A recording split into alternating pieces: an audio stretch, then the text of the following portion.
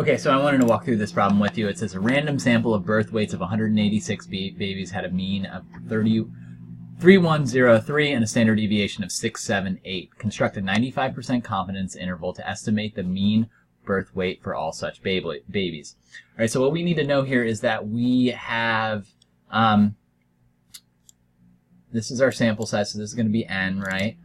This is going to be our sample mean, which is x bar. And then this is going to be our sample standard deviation with it, which is s. When you have these values, we don't know that population value, so we don't have this sigma value, so we don't use the process that we're going to use in the calculator to compute this is going to be the t interval, okay? So I'm going to go to stat, we go to test, we go down to t interval, which is number 8. Please make sure you have stats selected. Our sample mean was 3103. Our sample standard deviation was 678.